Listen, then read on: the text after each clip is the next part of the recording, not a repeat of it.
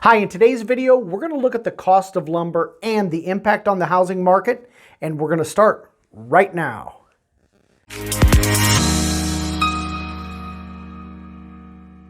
Now let's look at the pre-pandemic market. We had a booming economy, we had record low unemployment rate, along with record low interest rates. Okay, that meant there were a lot of buyers in the market.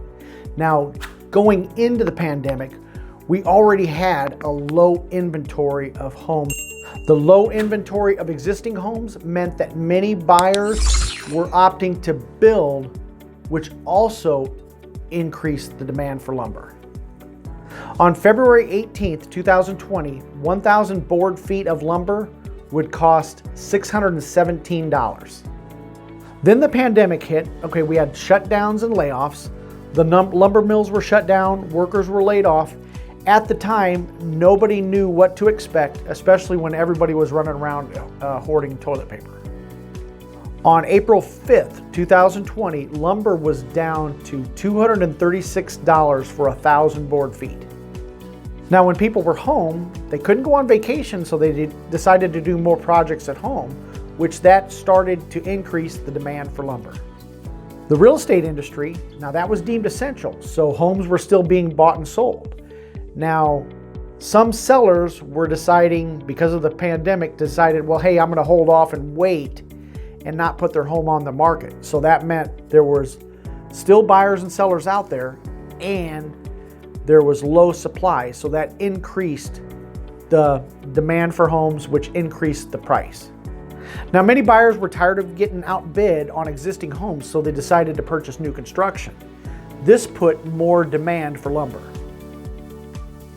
Increased demand, low supply, prices increase. Okay, another aspect of the lumber industry was consolidation. Several producers were being purchased by other lumber companies, so you had less competition. That also fueled prices. Add to that, lumber is a commodity, which means it can be traded. When you have traders who can see an opportunity to make some money, these traders are also going to help fuel price increases. Where are we at today? Okay, on May 14th, 2021, lumber was at $1,560 for 1,000 board feet.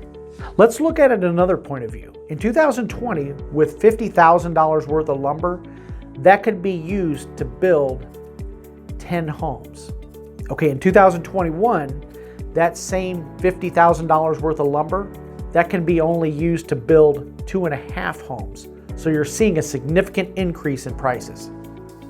Now, if you're a builder, you're faced with the possibility of unforeseen increases in the cost to build. That means these builders are passing along that cost to the consumer. So many builders, what they're also doing is they're anticipating that increase in prices, and that's increasing the pricing of homes. If it costs more to build a home, that's also going to increase the cost of existing homes. Now, if you're a consumer, what do? You should be aware of this, and in an earlier video on new construction, I had several questions you should ask before building a home. Now, if you're constructing a home in today's market, the construction agreement should clearly include language that clearly states at which stage the builder can no longer increase the price of the project. For example, the parties agree that no further price increases can be made by the builder once framing has commenced on the property. Okay, in your new construction contract, you should also talk about financing. For example, if the buyer's financing source cancels its financing commitment due to the cost increases tied to the project, the agreement can be canceled, and any and all deposits made by the buyer will be returned to the buyer. Another aspect to consider are deposits.